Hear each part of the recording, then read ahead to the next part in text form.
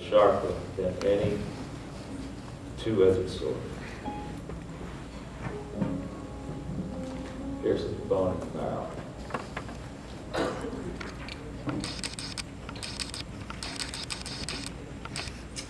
This word will change you. There's no need to change it. Amen. Pray that God will speak His word. Father, speak clear. Speak with boldness and use me, God, as we hide behind the veil of the cross. Your name we pray. Amen. Amen. And we're going to be in the book this morning, the book of Matthew, chapter number 14. Matthew chapter 14. Good to see you, Gabe.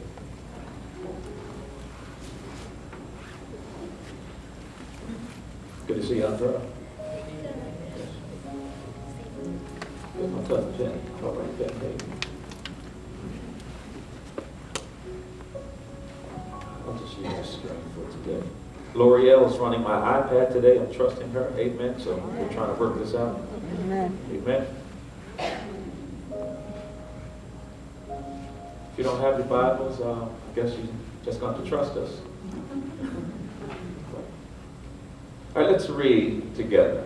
And when it was evening, his disciples came to him, saying, "This is a desert place. The time is now past. Send the multitude away, that they may go into the villages and buy themselves victuals." But Jesus said to them, "They need not depart. Give you these to eat." And they said to him, "We have here but what? 5 loaves and 2 fishes." He said, "Bring them here." Bring them here. And he commanded the multitude to sit down on the grass, and took the loaves and 2 fish, and looking up unto heaven, what did he do? He blessed. He blessed them, broke them, and gave them to the loaves to his disciples, and the disciples to the multitude. I'm going to use for a thought this morning. Can Jesus All right now. have your lunch? Amen. All right, Pastor. Can Jesus have your lunch? Can? Yes. Can Jesus have your little bit? Can he have your not enough? Can Jesus have your doubt? Can Jesus have the thing that has not been working for you? Can Jesus have the "you gotta be kidding" stuff? Can Jesus have, "God, this will never work"? Can you give it to him? My burden this morning, today, is that someone would give Jesus what they don't think is working. You don't think it's enough. You're tired. You're at the end of the rope, and you're saying, "I don't know what to do with this." And God says, "Give it to me, because I'm El Shaddai." So you got stuck on him being Jehovah Jireh, just a provider. He said no, but he said, "I'm more than Jehovah Jireh." He says, "I'm El Shaddai." And El Shaddai means he's more than enough. God wants to show you Amen. that he is way more than your eyes, your thoughts could ever imagine. Amen. Are we ready for the word? Amen. Okay. Can Jesus have your lunch? Let me just give you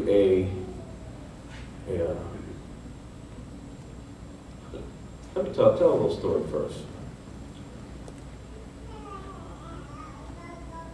Three men working on doing some construction work, and they take a lunch break, and they all go to the top of the roof of the building that they're working on. The first man, he opens his lunch, and he says, "Spaghetti, spaghetti, spaghetti." He says, "If my wife makes me spaghetti for lunch one more time, if she does this tomorrow, I'm jumping off of this roof." The next guy, he opens his lunch, and it's salami. He says, "Salami, salami, salami."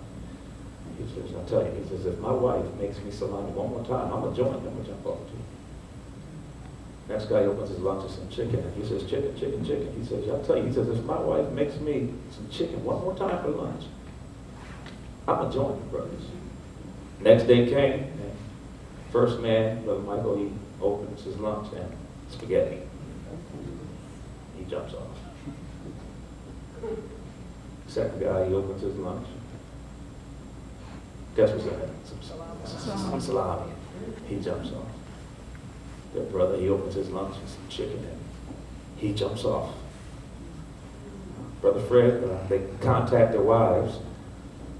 The first wife is hysterical. She says, if I just knew he did not like spaghetti, I wouldn't have fixed him spaghetti. She's going crazy. Second wife is going crazy. She said, if I only knew that he did not like salami. And the third wife, she ain't crying. She's just sitting there. He said, ain't you sad? Ain't you upset? I mean, she said, ain't you upset? They said, no. They said, why not? She said, he fixed his own lunch today.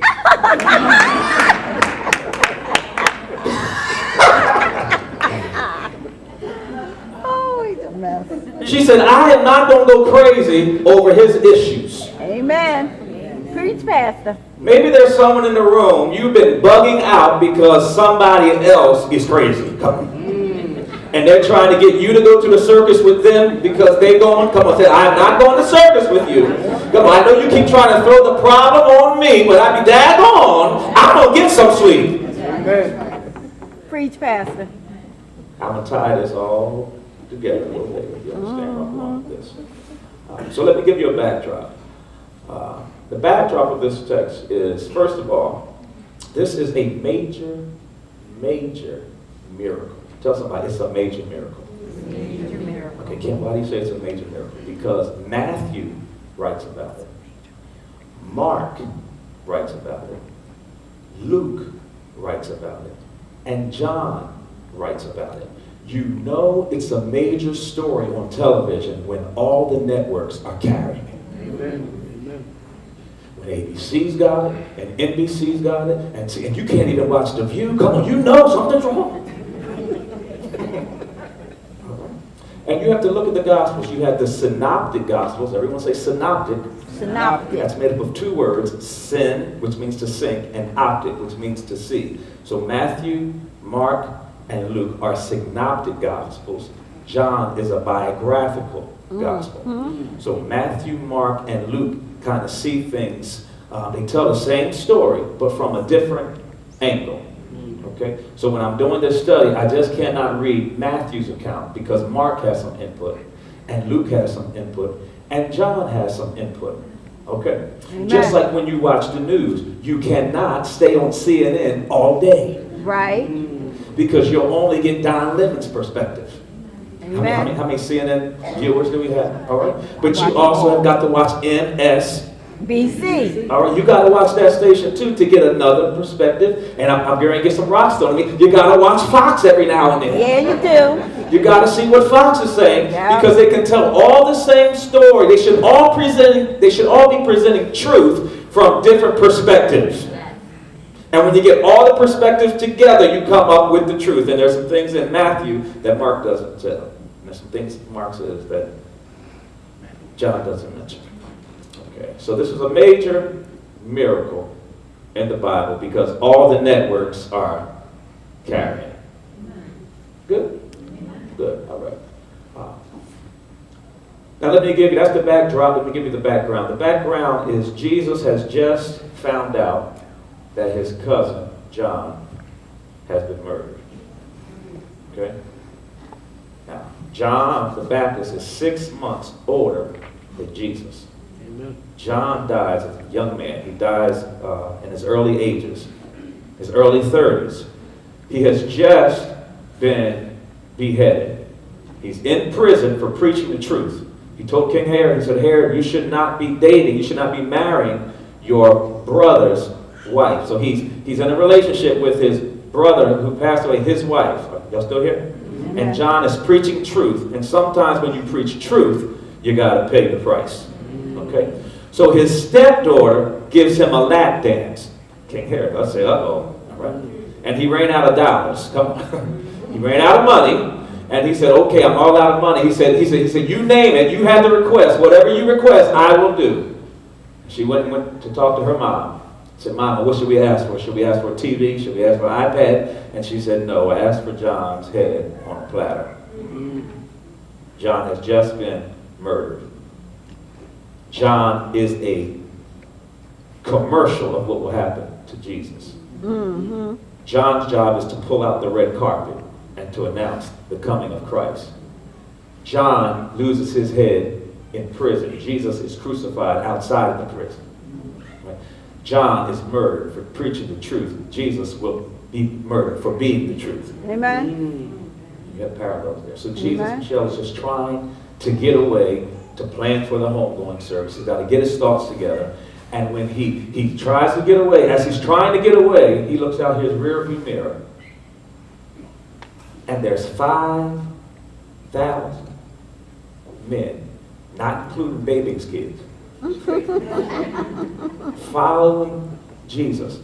Reverend Leonard, without an email, without a Facebook page, without a flyer, without Twitter, without Instagram, come on, without Snapchat, he had no problem getting 20 people when he didn't even have an event scheduled. He was a master teacher. He's the teacher, a prolificator, and a pontificator. He knew how to break down the text. When he preached, things happened. He would touch people, and people who were born blind would start going to the movies. Come on. Amen. He would preach, and people that never walked, come on, join the football team. He would preach and preach. People who were crazy, come on, went to college. When this Jesus began to preach, things happened. Amen. Cousin Risa, the multitude comes and he has compassion. Everybody say compassion. Compassion. He has compassion on the crowd. Not sympathy, compassion. There's a difference between sympathy and compassion. Sympathy says when you come to me, you say, hey man, I need a ride home. I'll say, I'll pray for you.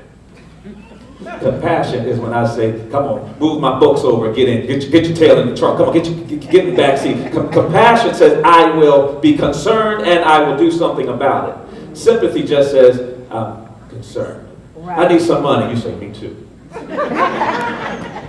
Compassion says, how much you need? It says, I need 20. Compassion says, here's 30. Keep the change. The church is filled with sympathy. Preach, Pastor. I'll pray for you. Preach, Pastor. Jesus had compassion. And even though it was not on Jesus' day plan to preach, he says, I have compassion on these people. And he starts preaching. And when he's preaching, it's getting late in the evening. And one of his disciples comes to Jesus. I don't know if they wrote him a note or if they told Vernon to get on the piano and start playing to bring him in. But he said, it's getting kind of late. And he said, Jesus, it's getting late. And we are in a desert place, a deserted place. Okay, give me my first point, Gloria, if you can. Matthew 14 says, we're in a what place? Desert. We're in a desert place. Because Jesus says in the book of John, he says, what should we do? He said, what should we do about this problem? He says, well, Jesus, we have a problem because we're in a desert place. We're not getting any cell phone connection out of here. You ever been in a desert place where you couldn't call nobody? Mm-hmm. I'm in a desert place. I can't even talk honestly about my situation. I'm in a desert place. Can't call a cab. It's too far. I'm in the hood. Come on, I'm in no man's land. You ever been in a place where people would not come to minister to you, would not come to pick you up, would not come to see about your needs? I'm in a desert place. I can't call nobody, can't contact nobody. Nobody's coming to see about me. A lonely place. He says, I'm in a problem here.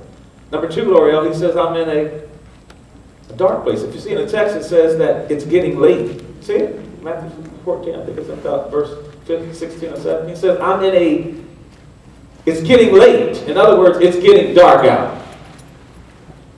It's getting late and Chick-fil-A is getting ready to close. Jesus, we need to let the people go. I think people are in a late place. He says, my window of opportunity is closing. I ain't seen them in 3 weeks. Lord, I think it's over. I haven't talked to my kids in 2 weeks. I think it's over. God, I said I want to be married and have children by the age of 28. I didn't say nothing when I was 30, but now, God, I'm 38. And it's getting dark. It's getting late. Things are closing up in my life. I got issues. Jesus says, well, what do you think we should do? Come on, Lord. He says, why don't we send them away? Lord, can you go back to the scriptures? Can you go back to right here? That's good. He says that the time is now past. He says what? He says, send the multitude away. Send them away, that they may take care of their own selves. Sister Rhonda, have you ever had a problem where you just said, Lord, get rid of it? I want to be done with the problem. I don't want to deal with the problem. I just want the problem to depart. I just want to wake up and it's gone. It's over. God, just get rid of it. Let it deal with itself. Let me just go to bed with a credit score of 300. I want to wake up with 890. Anybody avoiding the hard conversation and say, maybe it will just pass. I don't want to deal with it. Maybe things just will miraculously heal themselves. Amen. Let them depart. Get them out of here. Amen. Yeah. I know you can find yourself in one place. I'm in a desert place. I'm in a dark place. Or I just wish this problem would leave. Next verse, go ahead. But Jesus said to them, and this messed me up. I'm going to need some water on this one. I saw this and I never saw this. Jesus says, they don't need to leave. Wait a minute now. What do you mean they don't need to leave? I'm kind of on the fence here because Jesus had a staff. And he has a team who's thinking, which I like that, because you need people on your team that says, Ken, we got to be in the cafeteria. Y'all still here? So you got to bring this thing in. You need people on your team that's going to be not spiritual all the time. And just, look, it's getting late. We're far. They got to go eat. So I kind of can relate to the disciples. Praise the Lord, there was someone who was assertive in the team that spoke up, wasn't scared of pastor. Amen. Amen. But Pastor Jesus says, they don't need to leave. Why? You feed them. Amen. Wait a minute here. This is the problem I have. I searched Matthew. I searched Mark. I searched Luke. And I searched John. This is going to mess you up. Nowhere in any of the texts does it say that the multitude was hungry. Right. Wow. Not one time did the multitude complain. Not one time did they fuss. They came because they were hungry for the word. Amen. Amen. But it does tell me somebody who was hungry in the text in the book of Mark. The disciples. Amen. Oh, Lord. Mark chapter 6, verse 31 says the disciples were hungry. Preach, Pastor. Have you ever had somebody go to Jesus about you and they were a problem? Preach, Pastor. And you said, Jesus, you need to work on them and change them because they got an attitude, they nasty, they mean, and you had the problem the whole time, and Jesus said, they're fine. Amen. Amen. Amen. Wow. Preach, Pastor. Jesus, you need to work on my wife. Preach, Pastor. She's judgmental. She's argumentative. And God said, no, you feed her. She don't have the issue. If you would get right, she would get right. Amen. Amen. The disciples are for the multitude under the bus. They're hungry. Hurry up, Jesus. They get ready to start. Your stomach's growling. Come on. Preach, Oh, Pastor. God, today, nowhere in the Bible does it say the multitude was hungry. For all these years, we've been preaching about the multitude being the disciples. Preach, Pastor. All this time, I thought you got divorced because of her.